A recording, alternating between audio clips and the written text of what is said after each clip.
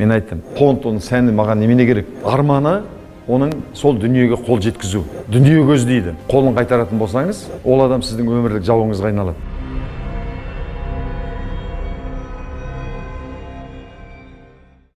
Өмірде неге бір адам бай, бір адам кедей?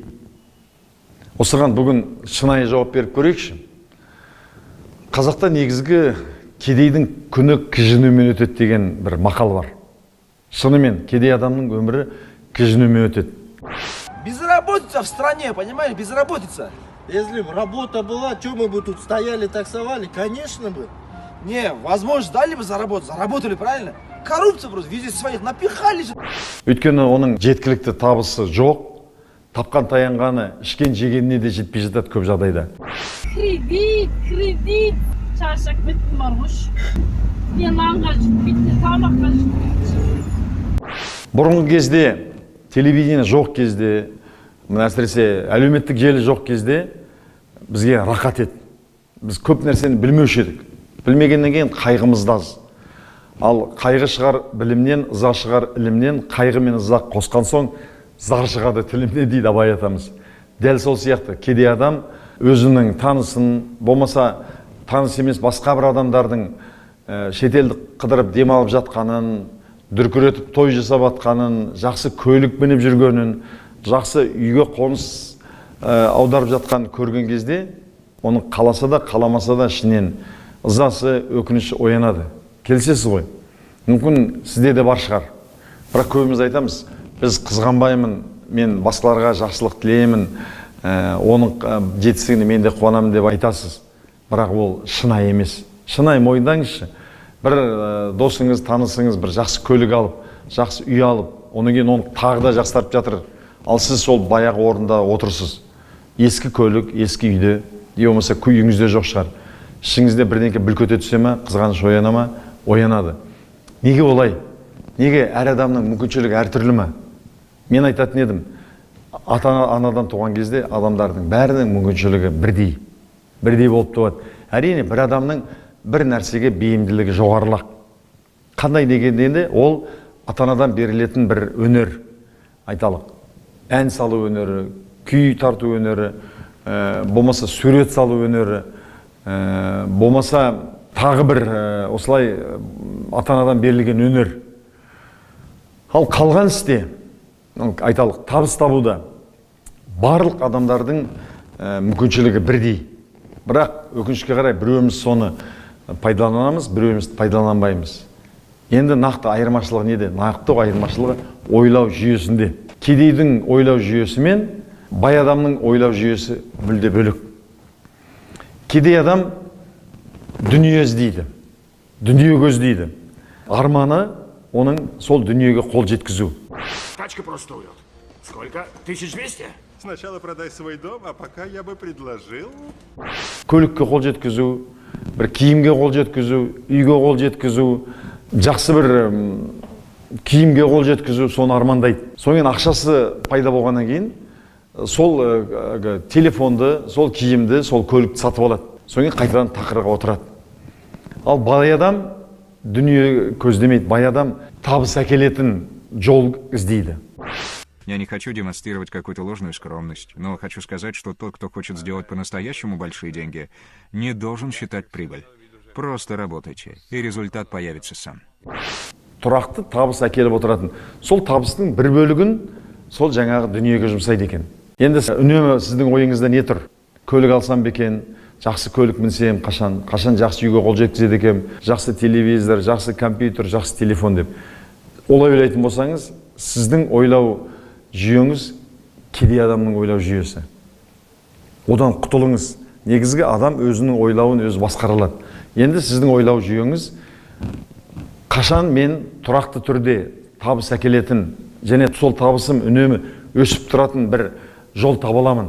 Ол үшін мен не істеуім керек деген өзіңізге сұрақ қойыңыз. Ол үшін мен қандай білім алуым керек, қандай бір машықтарды игеруім керек. Келісесіз бе? Мен жақында өзімнің командамдағы жастарға сұрақ қойдым. Өткен айда қанша табыс таптың? 2,5 миллион теңге. Иә, табысыңды қайда жұмсайсың дегенде 35-ші Камри болсын бір қолдан әрине машина сатып аламын деп жауап берді.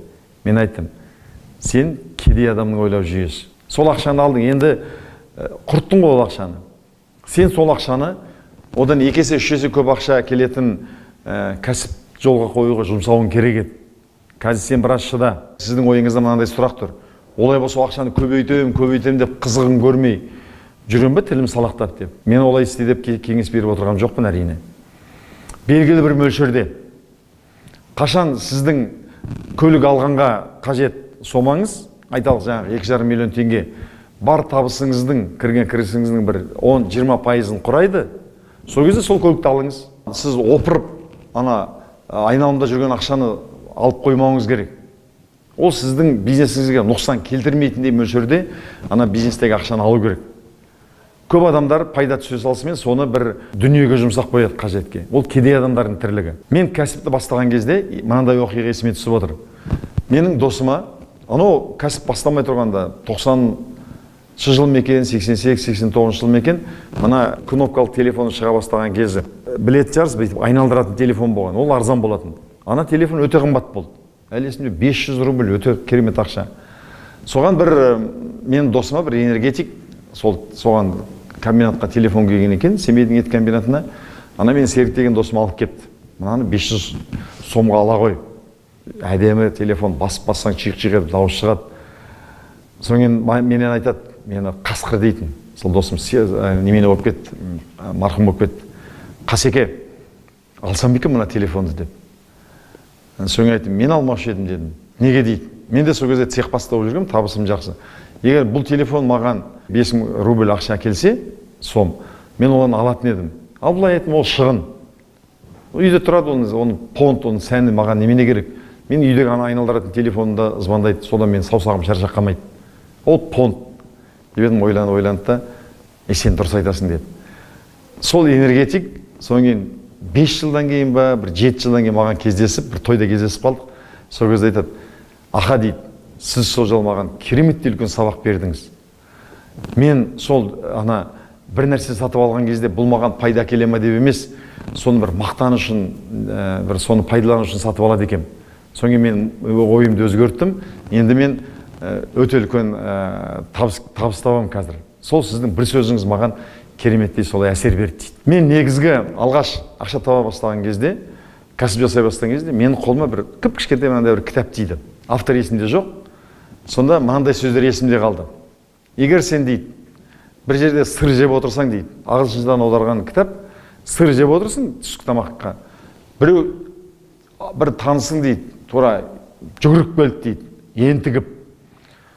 Ойбай, әкел ана сырыңды. Орнына бір темір жол берейін деп жатыр. Темір жолдың бір бөлігін берейін деп жатыр. Соны айырбастап сатып ала қояйық десе, сен оған бүйтіп жауап бер дейді. Сол темір жолды сен ала қойшы. Мына сыр менің алдымда тұр. Осыны мен өзім жеп алайын деп. Бірінші айтады, ондай үлкен табыс әкелетін нәрсе болмайды. Екіншідей, көзің жетпейінше соған ондай нәрсеге қолындағы бар нәрсені далаға шашып алма, ұқыпты бол дейді. Сондықтан ойбай, анандай керемет нәрсе бар екен, мынандай керемет нәрсе бар екен дегенге сенбеңіз. Көзіңіз жетпей ештеңені сенбеңіз. Екінші айтты, сен табыс таба бастағаннан кейін, сен бай бола бастағаннан кейін, сен достарыңа, туыстарыңа жек көрінішті бола бастайсың дейді. Сол менің басыма келді. Неге десеңіз дейді, сіз табыс тапқаннан кейін, сізден ақша сұрайтын адамдар, көмек сұрайтын адамдар, және қарыз сұрайтын адамдар көбейе бастайды. Соған 100 рет беріп, 101-ші рет егер сіз соған қолын қайтаратын болсаңыз, ол адам сіздің өмірлік жауыңызға айналады. 100 рет бергеніңізді ұмытылады ол. 40 мың теңге қарызға бере тұршы, 1-2 күнге қайтарып берем. Сен маған 5 мың теңге қарыз бердің ғой өткенде тағы. Сосын ана есінде ме? Тоқта, братан. Керек емес, бермей қойшы қарызға, брат. Керек болып тұрған шығар? Жоқ, братан. Одан да қарыз емес болып жүре берейін. Сондықтан сіз басынан бастап, оның қолын кері қайтаруды үйреніңіз дейді. Сіз айтыңыз дейді, мен банк емеспін. Ақшаны банк береді. Егер берсеңіз, қарызға да бермеңіз, жай ғана қайтарымсыз бере салыңыз дейді. Мынаны алыңыз да, соңын маған ренжімен, бірақ кешке дейін бере бермеймін деп. Қарызға да бермеңіз, өсімге де бермеңіз. Егер бере алсаңыз, міне беріңіз. Мен оны бүйтіп түсіндіретінмін. Өзімнің достарыма, туған туыстарыма. Менің қарным ашып отырды. Менің отбасым қарны ашып отыр. Мен еңбек ақыма бір шелек бидай алдым. Енді мен не істеймін? Маған әйелім айтады, балаларым қарны ашып отыр. Ана бидайды қуырып жіберейік те бере қояйық дейді. Мен оған не істеймін? Бір кесе ғана, 2-ақ кесе бидай беремін де айтамын. Осыны талқан қыл, ақырын өлместей қылып, өлмейтін күннің ғана бер. Талқан қыл, басқа нәрсемен аздап берді. Басқа жеміс жидек бірдеңке тауып бер. Мынаны үнемде. Ана қалғанын аламда мен себем. Сепкеннен кейін мен одан бір шелектен айталық 2 қап бидай алдым. 2 қап бидай алғанда әйелім мен жетіп келеді. Әкел, бір қабын біз ұнғыла қояйық, енді бір нанға тояйық дейді. Мен не деуім керек? Айтам, жоқ, тұра тұр. Мен саған бір шелек. Осы бір шелекті талқан қылда, балалар бұрынғыдан гөрі өлген жоқсыңдар ғой, енді одан гөрі тоғырақ боласыңдар. Осы шелекпен бидаймен қанағат қылыңдар деймін да, ана 2 қап бидайды себем. 2 қап бидай сепкеннен кейін бір арба бидай алдым. Айталық, 50 қап бидай алдым. Сол кезде әйелім айтады, әкел бір қабын, мүмкін айту мүмкін жартысын сатып, телевизор алайық, басқа бірдеңке алайық деймін, айтамын, тұра тұр. Мен саған бір қап, болмаса 2 қап бидай, осыдан ұн тарт, енді балаларымыз нан жесін.